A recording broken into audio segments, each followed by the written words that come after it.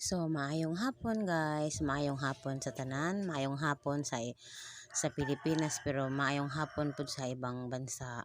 So, naa ko sa akong trabahoan, namilo ko sa akong mga gilabhan kasi uga naman ang mga gilabhan ko nga atong last nga paghawa nila silang balay kay niadto sila sa Sibugay, akong ipanglabhan ang mga tanang bulingon kaya uga na.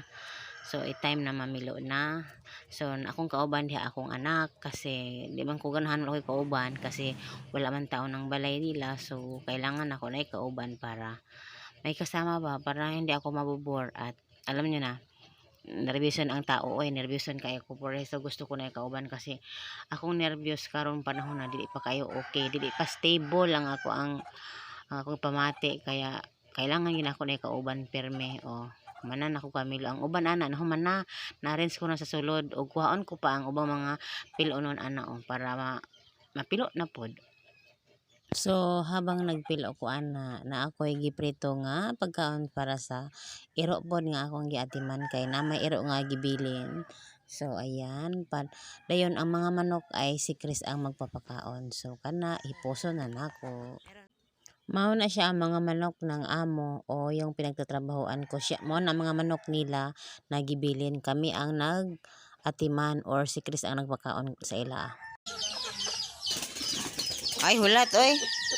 Si Chris nag-ready og pagkaon.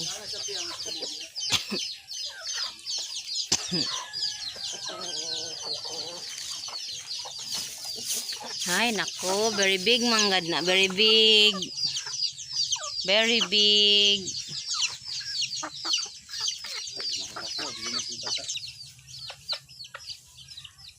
Unsa klase ning manok ka, Chris? Rhode Island. Rhode Island? Di ba dili ni taga diri Pilipinas to? No. Kaya nakita ko yung ani sa Australia pati sa Lebanon, nakakita ko sa ilang mga manok yung ani dagyo kayo. Ang itlog niya brown. Brown ang ilang itlog.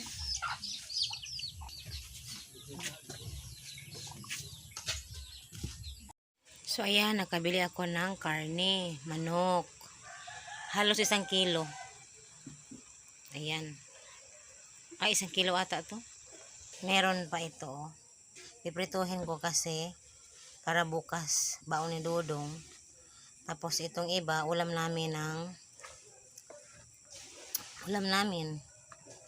lahat.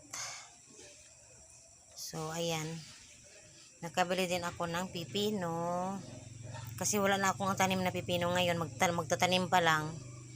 So, sawsawan. So, ayan. So, ayan. Mga unami. So, salamat. Salamat talaga. Maraming salamat. Pinayo USA Sen Amethyst. Ayan. Ilagay ko dito. Maraming salamat sa pa-share mo ng blessing. Ayan, nakabili kami ng ulam. So, ayan, salamat kasi may ulam kami today. At, ayun. Sa lahat na itong ulam na ito, kasi sa bigas, hindi na ako magbili kasi nakautang kami kahapon. Nakabili ako ng 25 kilos. So, ayun. Nakautang kami for araw-araw ba. So, babayaran nyo ng 2 months. Pero, okay lang yan. Kakayanin yan kasi kailangan talagang kayanin ni Chris Masada para magbayad. Para makabili din ulit kami pag matapos na naming bayaran. Ayan lang po. So, ayan.